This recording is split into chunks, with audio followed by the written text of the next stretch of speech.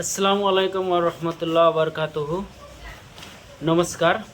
আজি এটা বিশেষ ভিডিঅ' লৈ আহিলোঁ যে আমাৰ অসমত SIR আহি আছে,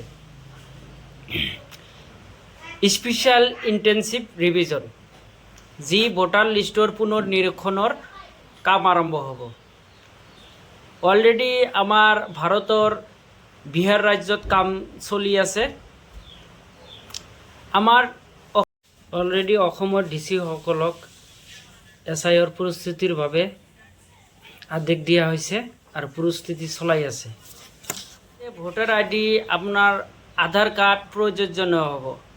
ইয়াতে কিছুমান ডকুমেণ্টছ প্ৰযোজ্য হ'ব পাৰে, সেই ডকুমেণ্টছ কেতিয়া মই উল্লেখ কৰি দি আছোঁ, যেনেকুৱা পোষ্ট অফিচৰ ডকুমেণ্টছ বা account, bank account, LIC policy, passport, এই সরকারি দিয়া মাটি, এলটমেন্টর মাটি, তার বাবে কোনো সার্টিফিকেট রাখা আছে, মেট্রিকুলার সার্টিফিকেট, বার্থ সার্টিফিকেট ইত্যাদি ডকুমেন্টস আপনার লাগিব পাৰে।